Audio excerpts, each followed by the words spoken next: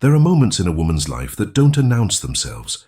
They don't come with warnings, or with music building in the background, or with someone standing nearby to tell her that everything is about to change. They just happen, quietly, then all at once.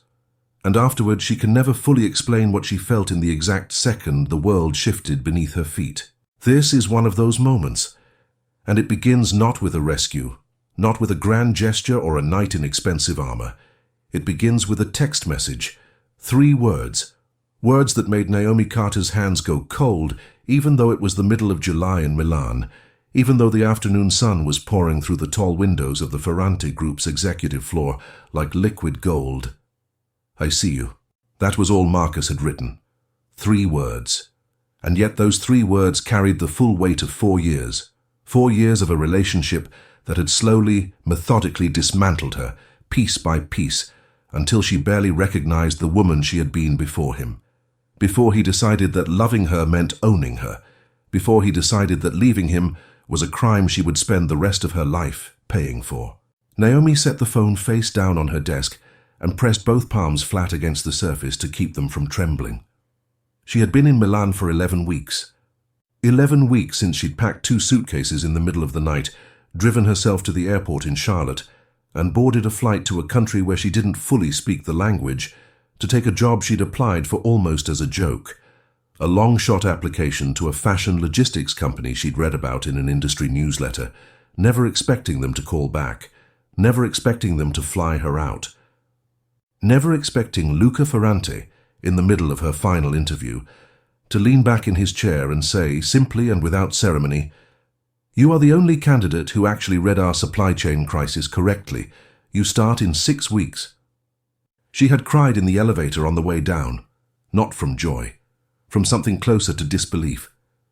Because for 4 years, Marcus had told her, calmly, repeatedly, with that quiet certainty that was somehow more terrifying than shouting, that no serious company would ever choose her, that her instincts were off, that her confidence was embarrassing, that she was lucky to have someone like him who could see past all of that and love her anyway. And then Luca Ferrante had offered her a senior logistics coordinator position in Milan, with a salary that made her former Charlotte pay look like a rounding error. If you've ever had to rebuild yourself from the inside out while pretending to the outside world that everything is fine, stay with us. Because this story is about exactly that. And it's about to go somewhere none of us expected. If you're new here, subscribe before we go any further. This is the kind of story you'll want to share. Naomi picked the phone back up. 11 weeks. She had blocked Marcus on every platform she knew of, changed her number twice, forwarded her mail to her mother's address in Georgia, and told exactly 3 people where she was going: her mother, her best friend Deja, and her therapist, Dr. Okonkwo, who had been the one to finally say the words out loud. "This is abuse, Naomi, and you are allowed to leave." She had not told her colleagues. She had not told her landlord. She had not told Luca Ferrante, who as far as she was concerned was her employer and nothing more. A tall, precise, occasionally infuriating man who communicated primarily in raised eyebrows and very specific criticism, delivered in impeccable English with an accent that softened the edges of his expectations just enough to make them bearable. She had absolutely not told Luca Ferrante that the reason she was sometimes a few minutes late to morning briefings was because she had spent the night lying awake listening for sounds outside her apartment door that turned out to be nothing, or that the reason she kept her desk facing the entrance to the open plan office was not, as she'd told her colleague Julia, because she liked watching people arrive, but because she needed to always know who was walking through. "I see you." 3 words. A new number. Which meant Marcus had found a way around the blocks, the changed digits, the careful architecture of disappearance she had spent months constructing. Which meant he was watching something. Her social media was private and scrubbed. Her mother had been warned. Deja knew to say nothing, which meant someone had talked, or he had found something she hadn't thought to hide. She opened the message again and looked at the timestamp. It had been sent at 2:17 in the afternoon Milan time, which was 8:17 in the morning in Charlotte. Marcus would have been getting dressed for work. He was a litigation attorney. He was good at it. He was methodical, patient, and he understood exactly how much pressure a person could absorb before they broke. He had spent 4 years calibrating precisely how much pressure Naomi could absorb. She deleted the message, put the phone in her bag, and went back to the logistics brief she'd been building for the fall collection shipping realignment. She had a presentation to Luca at 4 o'clock, and she was going to be ready for it, and she was not going to let Marcus take this from her. She almost made it through the day. The presentation went well. Better than well, if she was honest. Luca had asked 4 questions, which Julia had told her in week 2 was his version of enthusiasm. Most people got 1 question. The new consultant from Florence had gotten 0 questions, and a single nod, which Julia said was basically a professional funeral. 4 questions meant Luca was engaged. It meant he was rearranging things in his head to accommodate what she'd shown him. He didn't thank her. He rarely did. He said, "I want a revised projection for the northern distribution points by Thursday," and closed his portfolio, which Naomi had also learned to interpret as approval. She was gathering her materials when he paused near the door. "Are you all right?" he said. Not with warmth exactly, with observation. "Yes," she said. "Long day." He looked at her for a moment in the way he sometimes did, not intrusively, not with curiosity, but with the quiet attention of someone who has trained himself to read operational problems before they become crises. Then he nodded and left. Naomi stood in the empty conference room for 30 seconds after he walked out and breathed. She was almost to the elevator when her phone rang. Unknown number. Her stomach dropped. She let it ring. It rang again immediately. She sent it to voicemail. Then a text arrived from the same number, and this time it wasn't 3 words. This time it was a photograph. It was a photograph of her building. Her building in Milan. The pale yellow exterior, the iron balcony on the 2nd floor, the geraniums in the window box of the apartment 1 floor below hers. Taken from across the street. Recent, she could tell by the angle of the afternoon light, the position of a specific delivery truck she'd seen parked there earlier in the week. Marcus was not in Charlotte. Marcus was in Milan. She stood in the middle of the Ferrante Group's corridor, employees moving around her, phones ringing, someone laughing near the coffee station, and she felt something she had not felt since the night she left. The specific, physical certainty of being hunted. She didn't go to the elevator, she turned around. Luca was at his desk, jacket off, sleeves rolled, reading something on his screen when she knocked on the open door. He looked up. She came in and closed the door behind her, and something in the way she did it, or in her face, or in the way her hands were very still at her sides with effort, made him straighten. "Sit down," he said. "I need to tell you something," she said instead. "And I need you to know that it won't affect my work. I've managed it this far, and I will continue to manage it. But I think you should know." He folded his hands on the desk. He did not tell her to hurry up. He did not look at his screen. He waited, which was not something she had expected from him, and which cost her more composure than almost anything else could have in that moment, she told him. Not everything. Not 4 years of incremental erosion. Not the specific texture of loving someone who makes you feel grateful for the moments they aren't cruel. Not the night she sat in her car in her own driveway for 2 hours before she could make herself go inside. She told him the relevant facts: former partner, pattern of harassment, 2 changed numbers, and now a photograph of her building, taken today, from across the street. She showed him the photo. Luca looked at it for a long moment. Then he set the phone down on his desk very carefully, the way he did when he was placing something into the category of things that required his full and undivided processing. "Does he know you work here?" he said. "I don't know. I didn't publicize it. But if he's been watching the building, he may have followed me. How long has he been in Milan?" "I don't know." Another pause. Then, "You should not go home tonight." She had been expecting him to say something managerial, something about company policy, or professional boundaries, or perhaps a referral to an HR contact. She had not been expecting the directness of that. "I have a place to go," she said, which was a partial truth. She could call Deja, who could book her a hotel, and she could figure out the rest from there. "Julia's sister has a spare room," Luca said. "She lives in Navigli. Julia will take you. I'll speak to her." You don't have to. I know I don't have to, he said, with the same precise, unornamented tone he used for everything. I'm choosing to.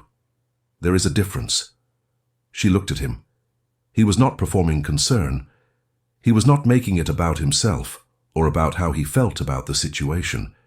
He was simply solving a problem the way he solved every problem, by identifying the most direct and effective response and implementing it without theatre. She said, "Thank you." He said, "I'll contact building security here as well. You'll be escorted to the car." She almost laughed, not because it was funny, but because 4 years ago she had sat across a table from Marcus Carter at a restaurant in Charlotte and believed, fully believed, that the way he ordered dinner for her without asking was a form of consideration. And now here was a man who was solving a genuine crisis with the same energy most people reserved for scheduling conflicts, and it was the most cared for she had felt in longer than she could name. She didn't laugh. She nodded. She went back to her desk, sent her mother a message saying she was safe and staying somewhere else tonight, and she finished the preliminary notes for the Thursday projection, because Marcus was not going to take that from her either. At 6:15, Julia appeared at her desk with her coat already on, keys in hand, and the particular expression of a woman who has been briefed and has chosen not to ask questions, which Naomi recognized immediately as one of the great underrated forms of kindness. They were in the elevator when the lobby doors of the building opened below them, visible through the glass elevator wall, and Naomi saw him. Marcus walked into the Ferrante Group's lobby the way he walked into every room, with the measured, unhurried confidence of someone who has decided in advance that he belongs there. He was in a dark coat. He looked exactly like himself. And for a moment, her body did what 4 years had trained it to do. It went still and quiet and small. Then the elevator doors opened on the ground floor, and Luca Ferrante was standing there.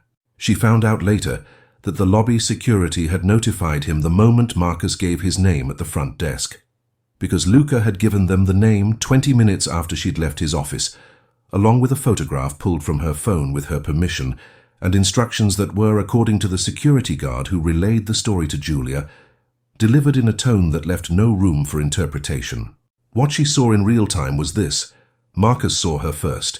He saw her step out of the elevator with Julia, and his face arranged itself into the expression she knew best, the one that looked to anyone watching like warmth, like relief, like a man who had simply missed the woman he loved and had come a very long way to find her. It was a convincing expression. It had convinced her for a long time. He took one step toward her. Luca stepped between them. Not aggressively, not with raised hands or a raised voice. He simply moved with the same economy of motion he brought to every room he entered, and placed himself in the space between Marcus and Naomi, and said in English, clearly and without inflection, "This building is private property. You were not invited here. You will leave now." Marcus blinked. He was very good at reading rooms, and this was a room he had not been prepared for. He looked past Luca to Naomi, and something shifted in his expression, something that was not the warmth he'd been performing, something older and more honest. "Naomi," he said, "I just want to talk." "She has nothing to say to you," Luca said. Not as her spokesperson, not as someone claiming a right he hadn't been given, as a simple correction of a factual misunderstanding. "I'm talking to her," Marcus said, and there was an edge in his voice now, the edge that she had spent 4 years learning to navigate around. "You are not," Luca said. "Security will show you out. If you return, we will involve the police. I have already established the groundwork for that process. You are welcome to test whether I am serious." There was a pause that lasted, at most, 4 seconds. Marcus looked at Naomi one more time. She met his eyes. She had been afraid to do that for so long, afraid of what she'd see, or what she'd feel, or what he'd be able to read in her face and use later. But she looked at him now, and what she felt was not fear. It was something closer to a slow, deep exhale, like the last of something leaving. He left. Julia was holding her arm somewhere in the middle of all of that, and Naomi hadn't even noticed until she felt the grip loosen. The lobby was quiet. One of the security guards was on the phone. Luca turned back to her, and he looked. She searched for the word later and couldn't improve on it. Steady. He looked steady, like a wall that had decided it was a wall and had no further opinions about the matter. "Julia will take you now," he said. "Go." She went. She stayed at Julia's sister's apartment for 4 nights. She slept. She finished the Thursday projection. She contacted a lawyer in Italy. One Luca's assistant had quietly emailed her information not at her request, but because he had thought of it, and she began the process of documenting what she had, which was considerable: messages, photographs, timestamps, flight records. Marcus had been meticulous in his harassment, which meant he had also been meticulous in leaving a trail. She had a long call with Dr. Okonkwo, who listened to the whole story and then said very quietly, "How do you feel?" Naomi thought about it. "Like I can breathe," she said. Marcus returned to Charlotte 2 days after the lobby confrontation. She knew this because the Italian lawyer had a contact who confirmed it, and because the messages stopped, not just slowed, but stopped entirely, which told her that being seen, being named, being met with the specific and unglamorous consequences of what he was doing, had done what all her silent managing never had. She thought about that a lot in the weeks that followed, about how she had spent 4 years trying to be smaller, quieter, more careful, trying to take up less space so that he would need less room to press into, and how none of it had worked, and how the thing that had finally worked was the exact opposite: being visible, being somewhere, being someone Luca Ferrante had decided, without being asked and without fanfare, was worth standing in front of. She did not romanticize that. She was careful not to. She had spent enough time untangling what she actually felt from what her nervous system had been conditioned to feel, and she was not about to walk directly from one complicated dynamic into another. Luca was her employer. He was demanding and specific and occasionally exhausting. He communicated appreciation primarily through increased professional responsibility, which was maddening in some moods and, she admitted to herself, motivating in others.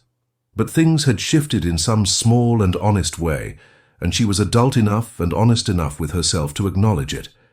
She was back at her desk the Monday of the 5th week, presenting the revised fall distribution model to the senior team, when Luca asked his 5th question. Julia caught her eye from across the table. 5 questions. She looked like she was trying not to smile. After the meeting, he stopped her in the corridor. "The northern projection held," he said. "I know," she said. "You adjusted the buffer window for the Venice distribution point. I hadn't caught that. I caught it at 2 in the morning on Thursday," she said. "It needed fixing." He looked at her for a moment. "I would like to have dinner," he said, "not as a professional obligation, as an invitation, which you are free to decline." She had been expecting many things from Luca Ferrante in the months she had worked for him. This was not among them, not because it was impossible, but because he was not someone she had been able to fully predict, which she had initially found irritating and had gradually come to find one of the most interesting things about him. "I need you to know something," she said. "Yes?" "I'm still very much in the middle of rebuilding," she said. "I'm not fragile about it, but I'm also not pretending it's finished. If that changes what you want to say so now." He considered this the way he considered everything, directly, without deflection. "I know," he said. "I'm not asking you to be finished. I'm asking if you'd like to have dinner." She stood in the corridor of the Ferrante group on a Tuesday afternoon in September, with Milan moving outside the tall windows and the faint sound of someone's phone ringing 2 offices down, and she thought about the woman who had packed 2 suitcases in the dark and driven herself to an airport and applied for a job she didn't think she'd get.